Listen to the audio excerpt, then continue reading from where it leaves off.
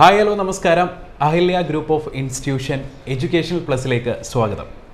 ഇന്ന് നമ്മളോടൊപ്പം ഉള്ളത് അഹല്യ ഗ്രൂപ്പ് ഓഫ് ഇൻസ്റ്റിറ്റ്യൂഷൻ ഡയറക്ടറും അഹല്യ എഞ്ചിനീയറിംഗ് കോളേജ് പ്രിൻസിപ്പളുമായ PR ശ്രീ മഹാദേവൻ പിള്ള സാറാണ്. സാർ നമസ്കാരം. നമസ്കാരം സാർ, ഇന്ന് ഫുൾ A+കളുടെ കാലമാണ്. ഇപ്പോൾ SSLC, ഹയർ സെക്കൻഡറി റിസൾട്ടുകളൊക്കെ ഇങ്ങനെ വന്നുകൊണ്ടിരിക്കുന്നു. ശരിക്കും ഈ ഫുൾ A+ൽ എന്തെങ്കിലും അർത്ഥമുണ്ടോ? ഈ സീസൺ പരീക്ഷാഫലങ്ങളുടെ കാലമാണ്.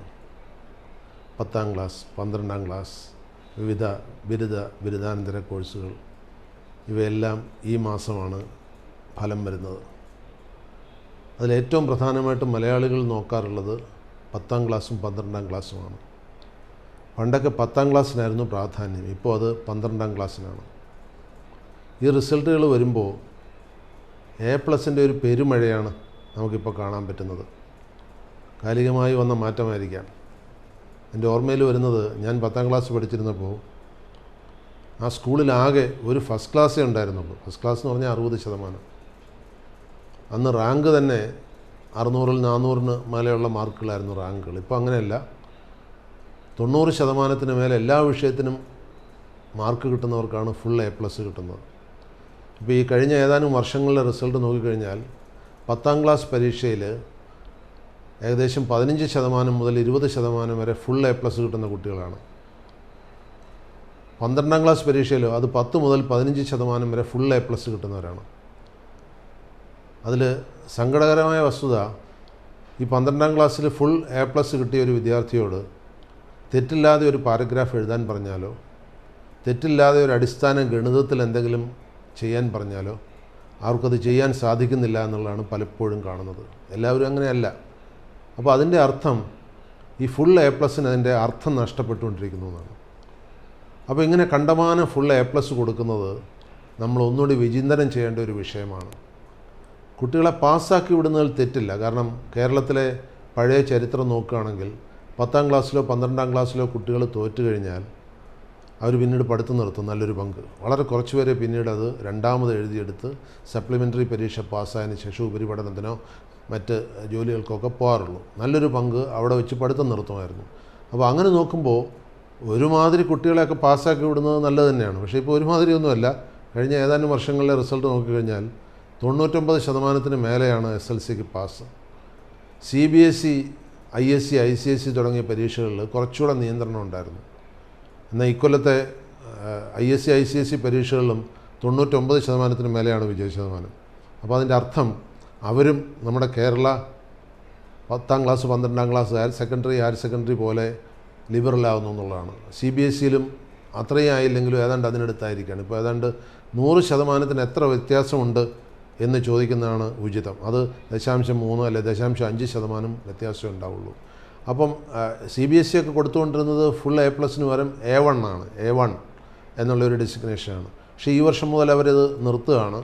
എങ്കിലും ഇത്രമാത്രം വാരിക്കോരി മാർക്ക് കൊടുക്കുന്നത് ഈ മാർക്കിന് വിലയില്ലാതാക്കുന്നു എന്നുള്ളതാണ് എനിക്ക് തോന്നാറ്. കാരണം പാസ്സാക്കി വിടുന്നത് മറ്റൊരു കോൺസെപ്റ്റാണ്. അത് കുട്ടികളെ നമ്മൾ റീറ്റെയിൻ ചെയ്ത് കഴിഞ്ഞാൽ അവർ ഈ മുഖ്യധാരയിൽ നിന്ന് വിട്ടുപോകും, പിന്നെ എന്തെങ്കിലും കൂലിപ്പണിക്കൊക്കെ പോകുമെന്നുള്ള ഒരു ഫീലിംഗിൽ നിന്നാണ് കുട്ടികളെ പരീക്ഷയിൽ പാസ്സാക്കി വിടുന്നത്. പക്ഷേ ഈ ഫുൾ A+ കൊടുത്ത് ഇവരെ A+ൻ്റെ വാല്യൂ ഇല്ലാതാക്കുന്നതോടുകൂടി ശരിക്കും അധ്വാനിച്ച് A+ കിട്ടുന്ന കുട്ടികൾക്ക് അതിൻ്റെ മൂല്യം നിഷേധിക്കപ്പെടുകയാണ്. അതുകൊണ്ട് A+ മുതലായ സംവിധാനങ്ങൾ വളരെ നിയന്ത്രിതമായിട്ട് കൊടുക്കണം എന്നാണ് എൻ്റെ അഭിപ്രായം. പല വിദേശ രാജ്യങ്ങളിലും പാസ്സാക്കി വിടുന്നതിൽ വളരെ ലിബറലാണ്. ഉത്തരേന്ത്യൻ സംസ്ഥാനങ്ങളിലുമൊക്കെ പാസ്സാക്കി വിടുന്നതിൽ വളരെ ലിബറലാണ്. പക്ഷേ അവിടെയൊക്കെ ഈ വാരിക്കോരി, അത് വിദേശ രാജ്യങ്ങളിൽ പ്രത്യേകിച്ചും ഉയർന്ന മാർക്കുകൾ, ഇപ്പോൾ 90% മേലെയൊക്കെ മാർക്ക് വാങ്ങുക എന്ന് പറഞ്ഞാൽ കുറച്ച് കഷ്ടപ്പാടാണ്.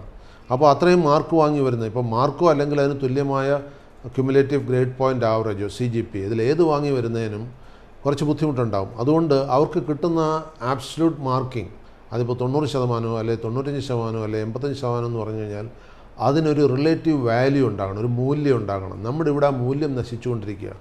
ഇതുകൊണ്ട് എന്ത് പറ്റുന്നു എന്ന് ചോദിച്ചു കഴിഞ്ഞാൽ, ഇപ്പം എനിക്ക് തന്നെ അറിയാം, കഴിഞ്ഞ വർഷം, എന്തിനു അധികകാലം പിന്നോട്ട് പോകുന്നു, കഴിഞ്ഞ വർഷം തന്നെ ഫുൾ A+ വാങ്ങിയ ഏതാനും കുട്ടികൾക്ക് കീം പരീക്ഷയിൽ ക്വാളിഫൈ ചെയ്യാൻ കൂടി കഴിഞ്ഞില്ല. കീം എന്ന് പറഞ്ഞാൽ Kerala engineering architecture and medical entrance എക്സാമിനേഷനാണ്. ഇപ്പോൾ മെഡിക്കൽ പാർട്ട് അതിൽ നിന്ന് മാറ്റിയെങ്കിലും ആ പേര് പരീക്ഷയുടെ മാറിയിട്ടില്ല. അപ്പോൾ ഈ കീം പരീക്ഷയിൽ ഏകദേശം ഒരു പാസ് വാങ്ങാൻ കൂടി അവരെ കൊണ്ട് കഴിയുന്നില്ല എന്ന് പറഞ്ഞാൽ അത് ദയനീയമാണ്. കീം പരീക്ഷയ്ക്ക് കഴിഞ്ഞ വർഷം, ഈ വർഷം അത് മാറി, കഴിഞ്ഞ വർഷം ഉണ്ടായിരുന്നത് 960 മാർക്കാണ്. ഫിസിക്സ് കെമിസ്ട്രി ഒന്നിച്ച് 480 മാർക്കും മാത്തമാറ്റിക്സിന് മാത്രം 480 മാർക്ക്. ഈ 480 മാർക്കിൽ 10 മാർക്ക് വാങ്ങിയ ഒരു പാസ്സാവും. അപ്പോൾ ഫുൾ A+ കിട്ടി, അതായത് 90% മേൽ A+ വാങ്ങിച്ച എല്ലാ വിഷയത്തിലും വാങ്ങിച്ച കുട്ടികൾക്ക്, മാത്തമാറ്റിക്സിൽ ഉൾപ്പെടെ വാങ്ങിച്ച കുട്ടികൾക്ക് 480 മാർക്കിൽ 10 മാർക്ക് കൂടി, അതായത് 2.5 ക്വസ്റ്റ്യൻ, ഒരു ക്വസ്റ്റ്യന് 4 മാർക്കാണ്, അങ്ങനെ 120 ക്വസ്റ്റ്യനാണ് 480 മാർക്ക്. 2.5 ക്വസ്റ്റ്യൻ കൂടി കൃത്യമായിട്ട് എഴുതാൻ അറിയില്ല എന്നുള്ളതാണ് നമ്മുടെ കേരളത്തിൻ്റെ ശോചനീയാവസ്ഥ. അതുകൊണ്ട് ഈ A+ നമ്മൾ ഒന്ന് മാറ്റിപ്പിടിക്കേണ്ട കാലം സംജാതമായിരിക്കുന്നു എന്നാണ് എനിക്ക് തോന്നുന്നത്. കാരണം അതിൻ്റെ മൂല്യം നമ്മൾ തന്നെ ഇല്ലാതാക്കുകയാണ്.